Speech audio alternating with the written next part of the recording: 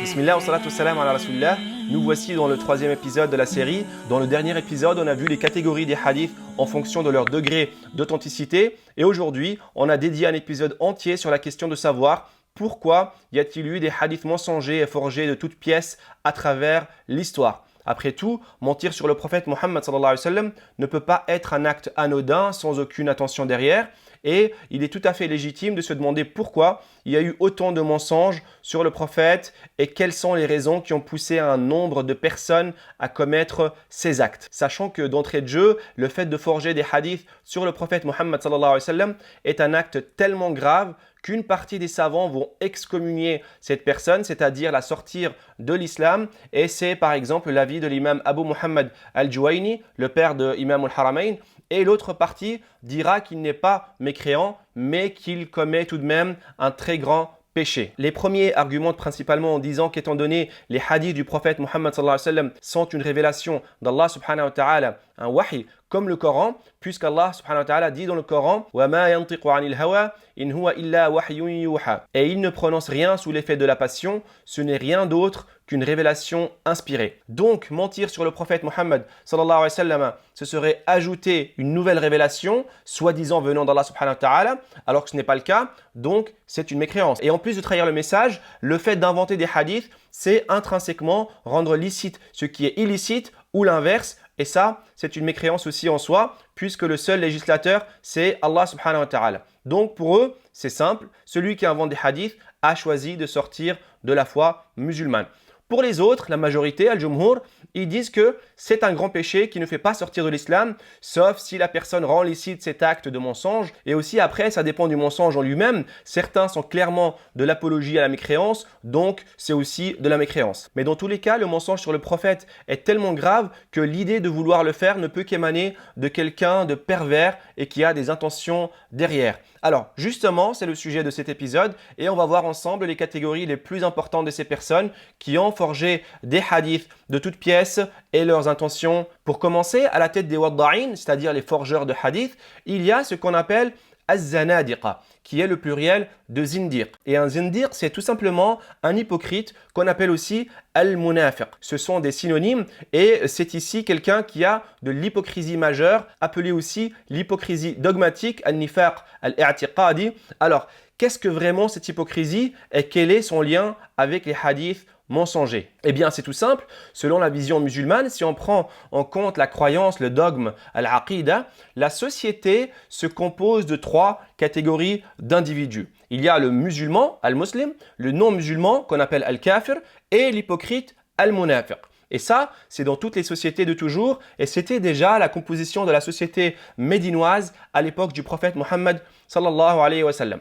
Et dans cette première catégorie de forgeurs de hadith, il s'agit de l'hypocrisie majeure, l'hypocrisie dogmatique, et non l'hypocrisie des actes, al-nifaq al-amali, qui peut exister chez certains musulmans et qui a aussi ses propres caractéristiques. Donc ici, l'hypocrisie majeure, lorsqu'elle atteint un individu, il garde une apparence musulmane et il est traité en tant que tel, plus ou moins, mais à l'intérieur, il est mécréant. Donc à l'intérieur, il est mécréant, son cœur et son âme ne sont pas soumis à Allah subhanahu wa ta'ala et n'acceptent pas cette législation, que ce soit entièrement ou partiellement.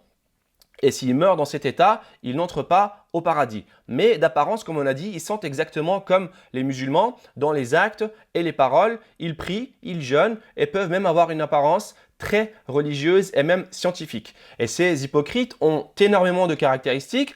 Et par exemple, à chaque fois que le Coran cite les hypocrites, c'est exactement de cette catégorie dont il s'agit. Et parmi leurs caractéristiques qu'on trouve dans le Coran, à titre d'exemple, puisqu'ils avaient fait beaucoup de mal au prophète Mohammed sallallahu alayhi wa sallam, il y a la médisance sur le prophète Mohammed sallallahu alayhi wa sallam et ses épouses. Il y a aussi le fait qu'ils aiment être sur le devant de la scène en étant des grands orateurs et comme ils ont cette apparence de musulmans, ils sont très écoutés et bénéficient de cette légitimité. Il y a aussi le fait qu'ils ont l'art de démotiver les troupes dans les moments très difficile et se retirer juste avant la bataille avec une partie de l'armée qui va les écouter au lieu d'écouter le prophète sallallahu alayhi wa sallam et fuir dans les moments délicats où l'islam a besoin de sacrifices, soi-disant à cause de la chaleur ou pour aller protéger leur famille, et les excuses sont nombreuses. Il y a aussi parmi leurs spécificités leur collaboration et leur trahison directe ou indirecte avec les polythéistes et les gens du livre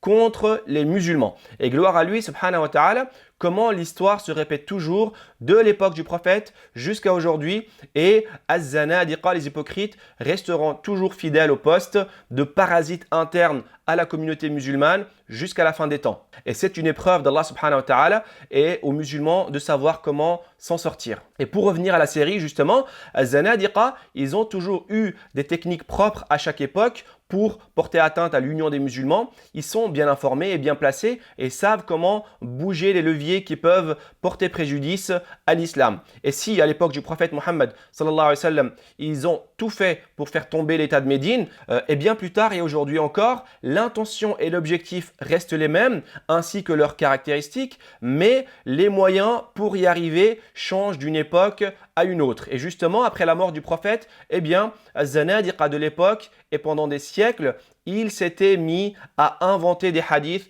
de tout genre pour semer la zizanie, et parmi eux, il y avait des personnes qui s'étaient faussement converties à l'islam alors que personne ne les avait forcés, pour simplement propager plus facilement des ambiguïtés religieuses et politiques et autres, notamment en inventant des hadiths sur le prophète Mohammed sallallahu alayhi wa sallam. Et on peut citer en exemple Abdullah ibn Saba, qui à la base était de religion juive et que l'histoire a retenu ses trahisons, entre autres dans le rôle qu'il a eu dans la fondation du courant chiite en forgeant plusieurs faux hadiths sur le prophète Mohammed sallallahu alayhi wa sallam. Autre exemple d'hypocrite venu plus tard, et parmi les hadiths mensongers les plus connus de cette catégorie, il y a un hadith très dangereux qui avait été inventé par le zendiq Mohammed ibn Sa'id al-Masloub, qui a dit que le prophète Mohammed sallallahu alayhi wa sallam aurait dit « Je suis le sceau des prophètes et il n'y a point de prophète après moi, sauf si Allah le veut. » Et on vous laisse imaginer ici ce que veut dire cette dernière partie, sauf si Allah le veut,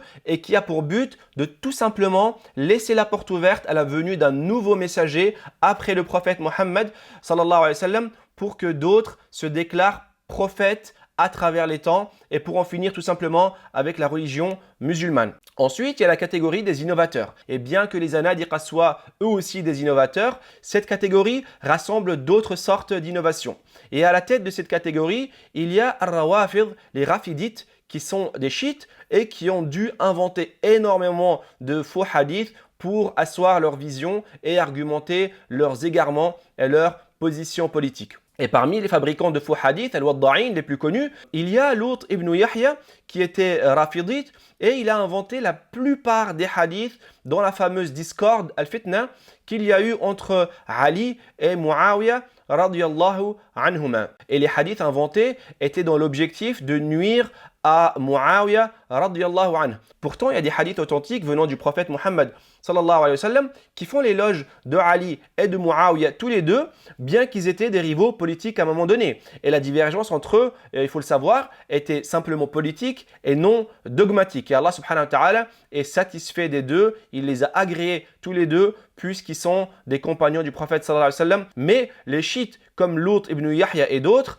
avaient absolument cherché à mentir et nuire à Muawiyah radiyallahu anhu à travers des faux hadiths pour le discréditer, ce que les gens de la sunna n'ont jamais commis, qu'ils aient pris parti pour Ali ou Muawiyah radiyallahu anhuma. Et plus que ça, ils ont toujours cherché à filtrer les vrais hadiths des faux hadiths selon la méthodologie très rigoureuse. Et les mensonges de ces innovateurs ont continué tout au long du règne de la famille de Banu Umayya qui a gouverné le califat omeyyade pendant des siècles et que les chiites n'ont pas digéré. Une autre catégorie d'innovateurs un peu plus insolite, il y avait ceux qui prétendaient tout simplement mentir pour le prophète sallallahu alayhi wa sallam et non contre le prophète sallallahu alayhi wa sallam. Par exemple, ils vont inventer des hadiths qui font peur aux gens pour qu'ils évitent de tomber dans l'illicite al-haram. Et certains ont prétendu que le prophète sallallahu alayhi wa sallam a dit que celui qui jetait la poubelle devant la porte de son voisin entrera en enfer. ce n'est pas du tout un hadith et le but était de faire fuir les gens de commettre cet acte. L'inverse aussi,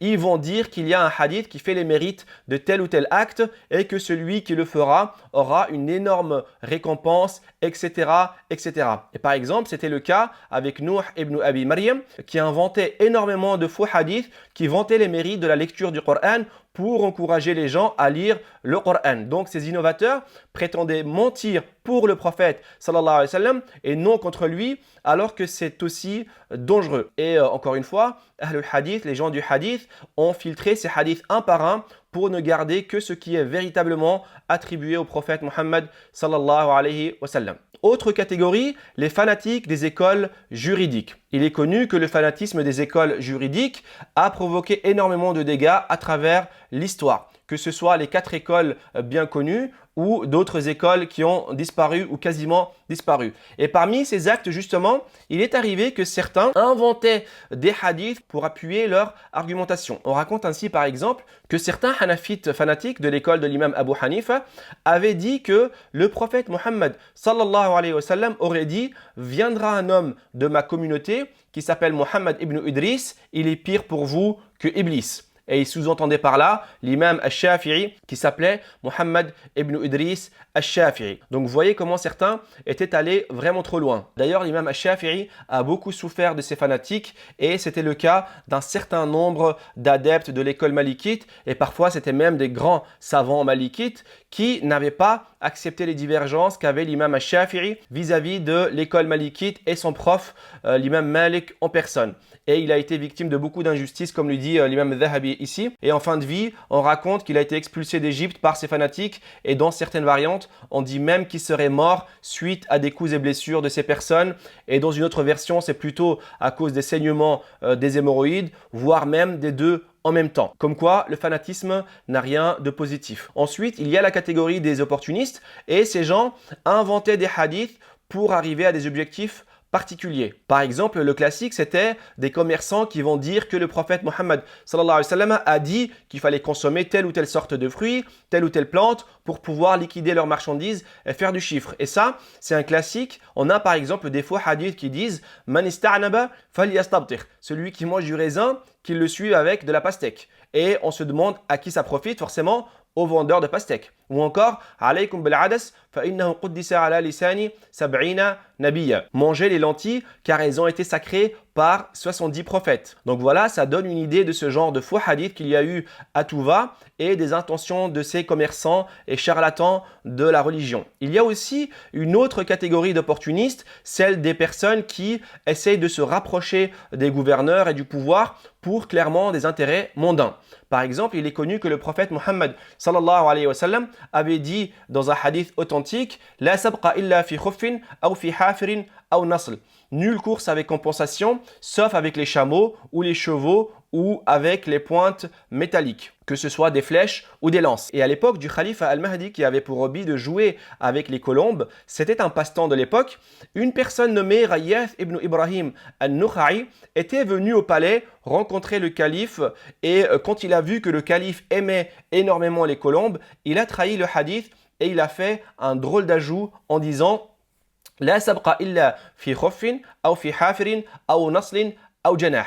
Il a donc rajouté ou janah qui veut dire ou les ailes pour sous-entendre les colombes et faire ainsi plaisir au calife. Et le calife lui a donné une petite bourse pour le récompenser, sauf qu'une fois parti, le calife s'est remis en question et savait que c'était un mensonge, étant donné qu'il connaissait le hadith originel, et il s'est repenti, puis s'est débarrassé de ses colombes en les donnant comme sadaqat, aumône et charité aux pauvres et aux nécessiteux. Donc vous voyez comment certains étaient culottés, et au passage, on voit comment la sunna n'avait pas subi de dégâts, même de la part des gouverneurs, qui au contraire cherchaient souvent à récompenser les gens du hadith qui faisaient un très grand travail d'authentification. Donc voici concernant les opportunistes, et il y en a d'autres encore, comme ceux qui voulaient se venger de quelqu'un, ou encore pour raconter des histoires, al-qassassin, et être écoutés par la populace, et ils inventaient des hadiths pour se rendre intéressants et gagner un peu leur pain de cette manière. Voici les catégories principales des wadda'in qui ont inventé des hadiths à travers l'histoire, sachant qu'il y en a d'autres.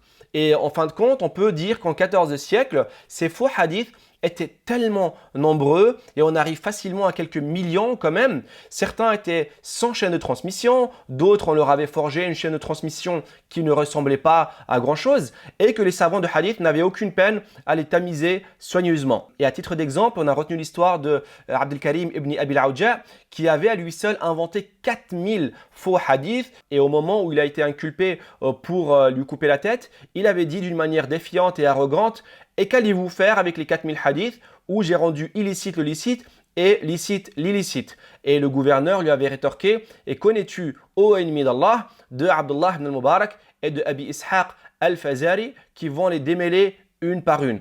Et Abdullah ibn al-Mubarak et Abi Ishaq al-Fazari étaient deux montagnes de science dans le domaine du hadith. Donc on voit comment les gouverneurs de l'époque donnaient de l'importance à la sunna prophétique et comment les grands savants de hadith procédaient. Et d'ailleurs, on avait demandé à Abdullah ibn al-Mubarak comment on va faire avec tous ces faux hadiths qui circulent. Il a répondu: les grands spécialistes al-Jahabida consacrent leur vie à filtrer ces hadiths. C'est donc un travail très méticuleux qu'ont fait les gens du hadith à travers des siècles pour préserver la sunna prophétique et qu'on puisse recevoir aujourd'hui des livres comme Sahih al-Bukhari, Muslim, al-Nasa'i, al-Tirmidhi, etc. qui sont des vrais livres de hadith qui ont été le fruit d'une grande méthodologie et d'un grand travail de al-hadith à travers les temps. Et al-hadith ont quand même réussi à préserver la sunna authentique et à être les gardiens de cette religion. Et d'ailleurs, Sufyan al-Thawri, le grand savant de hadith, avait dit dans une très belle phrase pour conclure: les anges sont les gardiens du ciel et Ahlul Hadith sont les gardiens de la terre.